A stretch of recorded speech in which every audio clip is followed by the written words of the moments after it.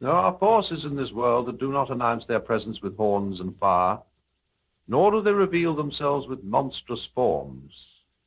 Instead, they speak softly, wear familiar faces, and slip unnoticed into our lives. They are the demons of the psyche, fragments of the unconscious that seize the souls of the unsuspecting.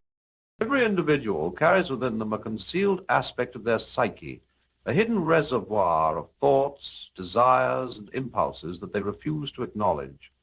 This is what can be called the shadow self, the unspoken, unseen counterpart to our conscious identity.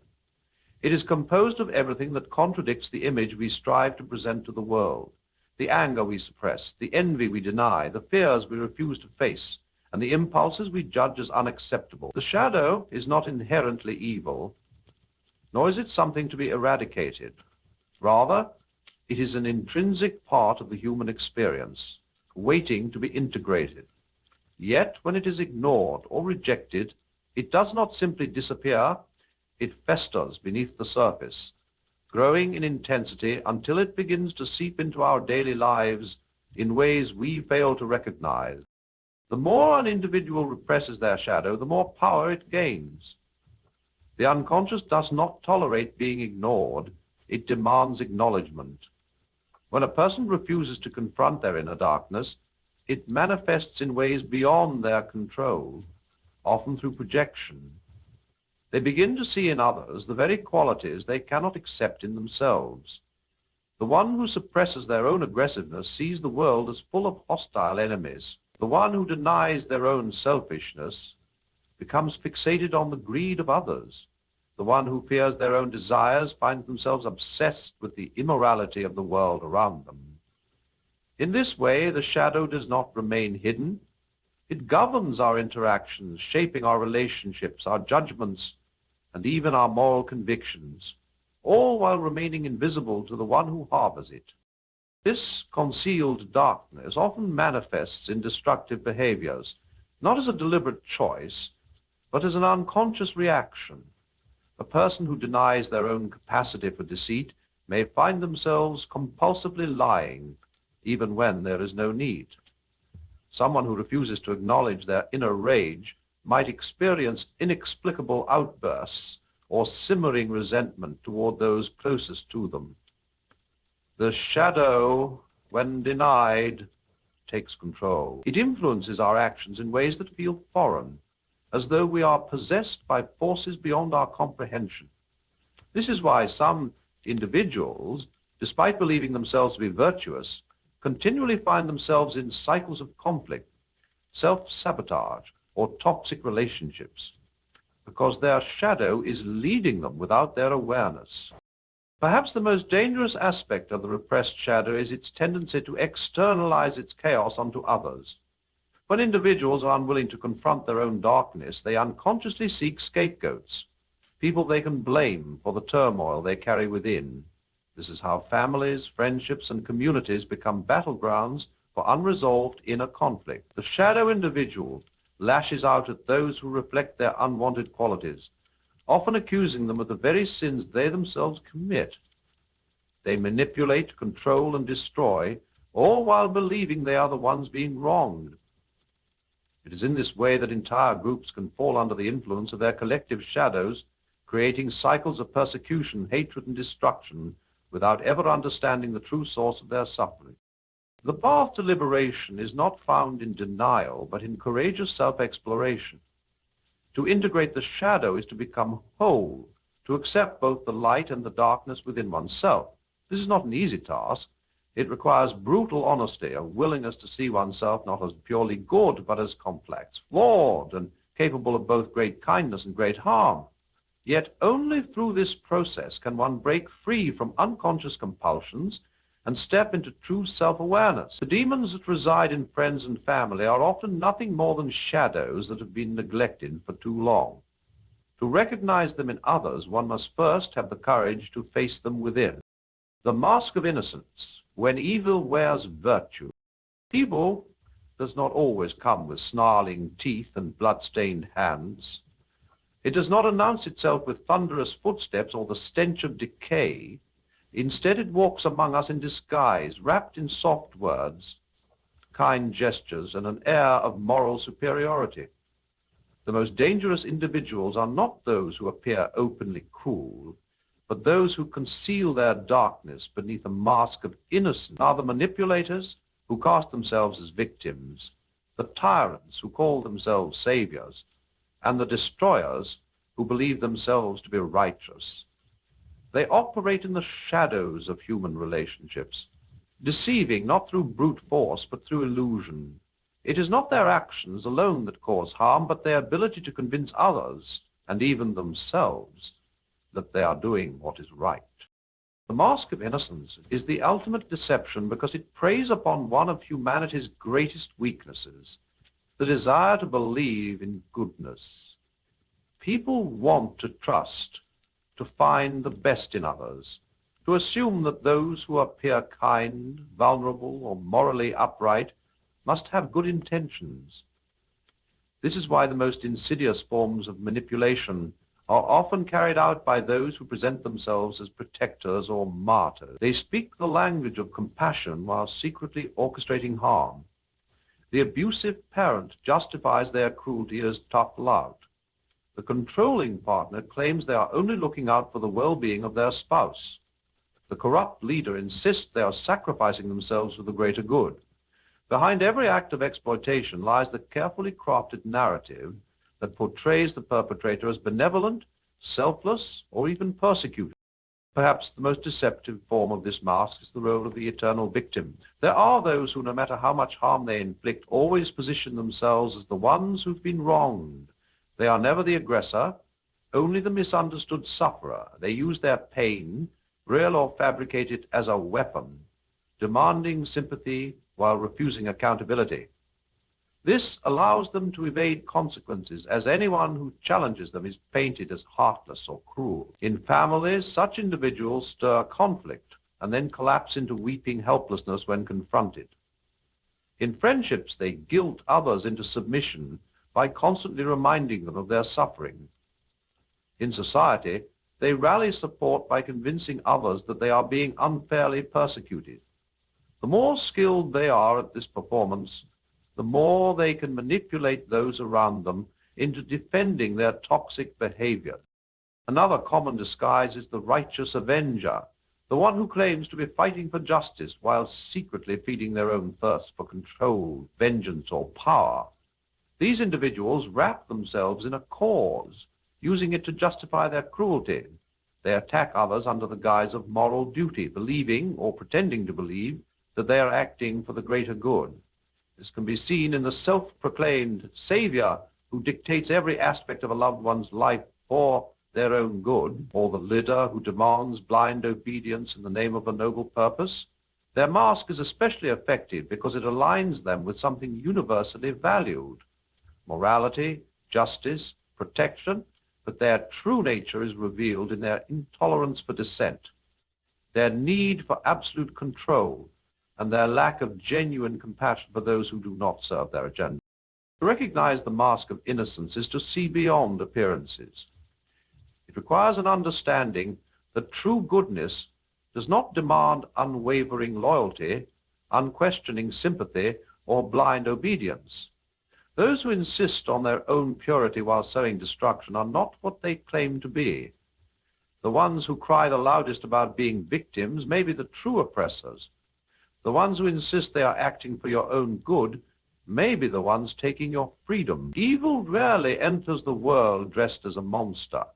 More often it arrives as a friend, a guide, a guardian, whispering promises of safety and virtue while tightening its grip around your soul. Energy drain entails the hidden forces that corrupt. There are certain individuals whose mere presence seems to shift the atmosphere, leaving a trail of confusion, exhaustion, and disorder in their wake.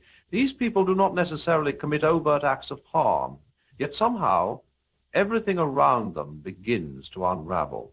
Relationships fracture, peace gives way to turmoil, and those who come into contact with them feel inexplicably drained. It is as if they carry a force within them that disrupts the natural rhythm of life, a force that cannot be seen but can certainly be felt. This is not mere coincidence. Rather, it is the manifestation of inner chaos projected outward. These individuals are, knowingly or unknowingly, conduits for discord, vehicles through which unacknowledged darkness seeps into the lives of others. The hallmark of such individuals is their ability to absorb the energy of those around them. After spending time with them, one often feels depleted, as if life itself has been siphoned away. They do not merely demand attention, they demand the very essence of others' emotional and mental reserves.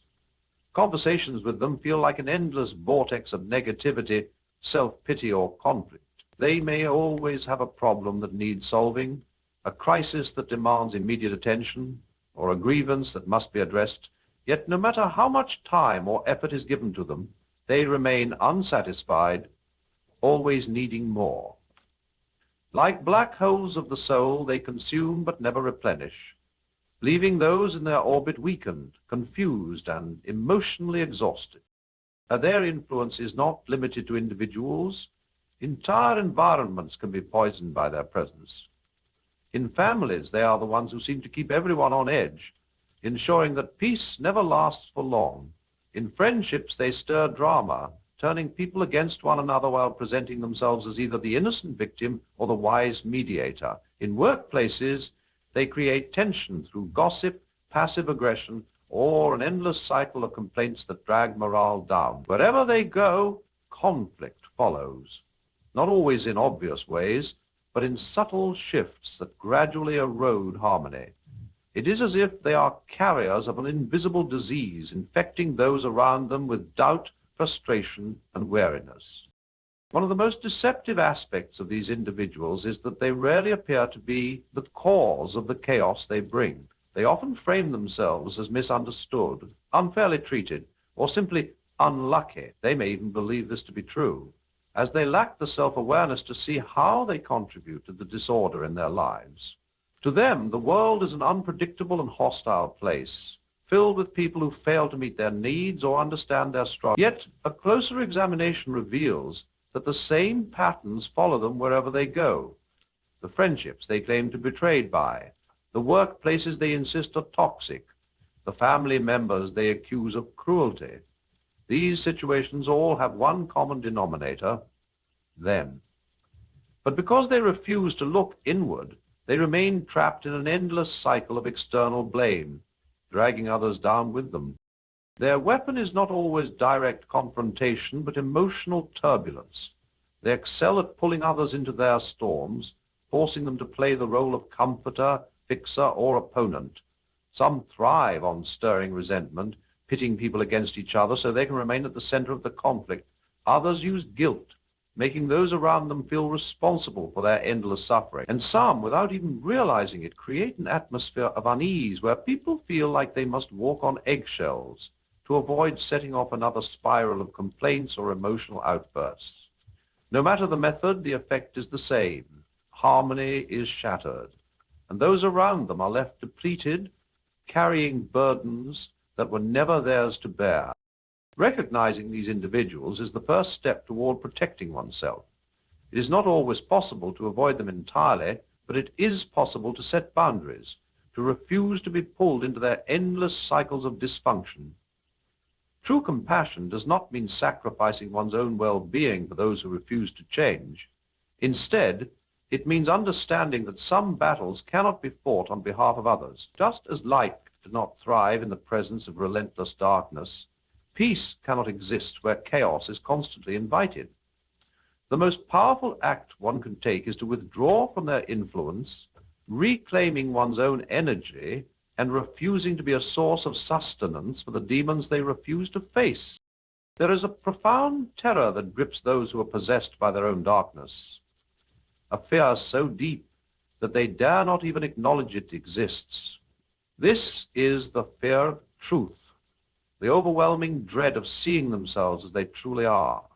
To confront reality would mean dismantling the carefully constructed illusions that shield them from their own faults, failures, and hidden desires. It would mean standing face to face with the shadow self, acknowledging the parts of their psyche that they have spent a lifetime denying. But instead of embarking on this path of self-awareness, they reject it entirely. They silence, dismiss, or even attack those who dare to illuminate what they have buried. Such individuals do not simply avoid introspection, they wage war against it. When confronted with uncomfortable truths about themselves, their actions, or their motivations, they respond not with curiosity, but with hostility. Their first instinct is to deflect, to shift blame, or to make the one who dares to bring forth the truth feel as though they are the problem.